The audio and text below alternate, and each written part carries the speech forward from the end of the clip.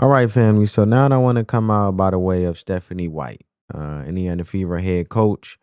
And Caitlin Clark fans are way beyond frustrated. They're furious. The Indiana Fever have continued to give us this idea, the hope. And I think they completely know what they're doing because that Caitlin Clark would be returning this season to play. And after nearly 2 months on the sidelines, a playoff spot hanging by a thread, and a string of confusing updates, you have to ask, are the Fever completely fumbling their return or the return of their generational talent? And what started with championship hopes has curled into or curdled into pure frustration. And we're talking about a player who has been sidelined since July 15th, missing a staggering 19 consecutive games. In total, Clark has been available for just 13 of the Fever's 41 games this season. And the face of the franchise, the player shattering records for jersey sales and ticket demand, has spent most of the season on the bench. And the silence from the organization, the vague coach speak, is pouring gasoline on a fire of fan outrage that is now burning completely out of control. And I think they have blown smoke up some people's behinds because people would continue to watch these games and tune in. And today, I want to talk about how we got here and have a viable conversation and get you guys' take on it down in the comments below. And just look closely at the statements that have the fan base seeing red and ask the hard question: is the Fever's caution turning into a catastrophic blunder? So to understand the fury, you have to understand the timeline because this is where people really, really started getting suspicious. This isn't one clean injury. This has been a slow drip of information that's created more questions than answers. And it began with a right groin injury back on July 15th. And since then, she's been in a day to day state that has stretched into months. And then, just as fans were looking for a silver of hope, news broke on August 7th about a phantom ankle injury, a bone bruise on her left ankle during a workout. And you were like, where did this ankle injury come from? And why did they hide it from everybody? And then the organization said it would affect the rehab timeline, but for fans, it was just another layer of frustration. And you had two different Indiana Fever reporters, one saying it didn't set her back, and the other one saying it did. Even folks like Robin Lundberg were like, "What is going on here?" So the updates have been madly sparse, and we hear she's doing individual work, and we see clips of her in non-contact drills and a five on 0 walkthroughs, and she's taking shots, but she hasn't been clear for contact, not a single full live practice. So for fans who have invested their time and money, this lack of clarity is excruciating because the team says there is no projected return to play, but to the fans, that sounds less like responsible medical management and more like an organization that has no role playing at all. So now I want you guys to check out Coach Stephanie White's statements, and then I want to have a conversation about it and really look at her statements under the microscope and have a conversation with you guys. But before we do that, check out the Put that clip. behind you and kind of focus on this one because all these games are big now. Yeah, I mean, I don't think we have a choice. Yeah. It's just you got to move on to the next. We got to learn from it. Particularly the highlighted levels of game plan execution. We didn't shoot the ball particularly well. I thought we passed up shots. So making sure that we have that mentality that we've got to take open shots, and regardless of whether they go in or not, we still have to take them. It helps with our spacing. It helps with our offensive rebounding opportunities. So we've got to be better in that. You talked before the road trip about wanting to get Caitlin some contact opportunities in practice. Just in the practices you've been able to have on this trip, has she been able to do contact practices or full-on practices? No, she's just been doing mostly shooting and individual stuff, yeah.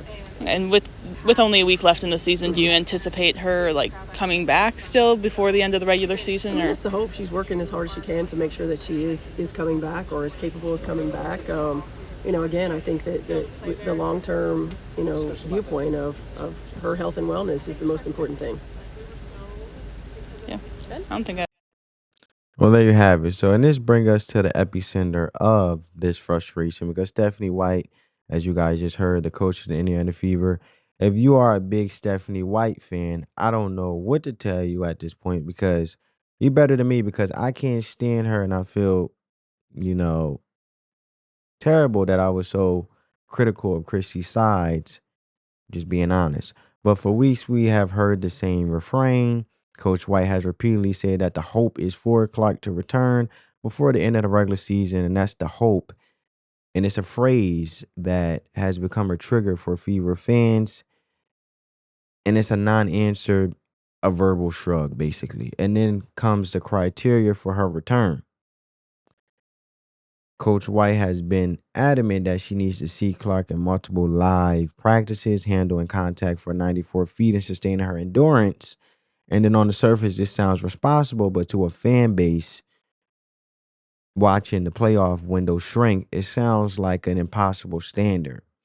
And with only a handful of games left, the opportunities for multiple practice are dwindling to zero. And fans are asking, what have you been doing for the last 2 months? And I got to tell you, look, seeing people in the corporate world and leaderships and managers, you know, look, you have to become very, very good at determining whether or not you're getting half truths. And watching her talk, that this is a person that did not want to have to answer that question, basically. And in my opinion, this is a person that I feel is not giving the full facts. And I think they know. And Caitlin Clark is done for the season, and that's just what it is. So you have on social media, and you see it everywhere. If you look down in the comments of this video, whatever the case may be, of individuals and the sentiment of people responding. So you have people, and you see it everywhere. Stop telling us about the hope and give us a plan. A fan tweeted and another one wrote, are they waiting for her to be 110%? And this is a professional sports. Nobody's ever 110%. Let her play, right? So you have individuals saying these things. She's not coming back. I know a long time ago she's not coming back. And that's the hope. With 4 games left, the organization is tone deaf. So you get my point, right? And this is the bottom of the video that I just showed you guys in regards to the clip. Let's not forget what's at stake, because you got a playoff run. The context of this whole saga is that the Fever, even without their superstar, have clawed their way into a playoff contention. And after a loss on Tuesday, they sit at 21-20, holding down the 8th and final playoff spot. But their grip is anything but firm, because they are just 1 game ahead of the 9th place Los Angeles Sparks, and every single game matters. And this is what makes the situation so maddening for the fans, is they see a team that is right there, and it brings up a bigger issue, because they know people will tune out if we find out for sure, confirm she's not coming back. And look, look, at the end of the day, have you noticed how hard it is to find a WNBA TV ratings these days? Because honestly, it's like trying to find, I don't know, a deep dive investigation of some type of crime scene or something. Because if you really look at it, we already saw Aja Wilson had a game the other day with 220,000 viewers, and you go find that, and then they know what's happening. And my point is what I'm making, because adding insult to injury, the team has been decimated, losing 3 other key guards, Sydney Colson, Sophia Cunningham, Ari McDonald. For the rest of the season, the roster is thin, and they are relying on players signed to hardship contracts just to fill out the bench. And through it all, that generational talent, the one player who could elevate the entire squad, remains on the sideline. Let alone the TV ratings are sinking. And then ultimately, this all comes to a complete breakdown of trust, because the fans feel ignored. They feel their passion is being taken for granted. And fans believe the gig is up, and it's like, hey, we got you.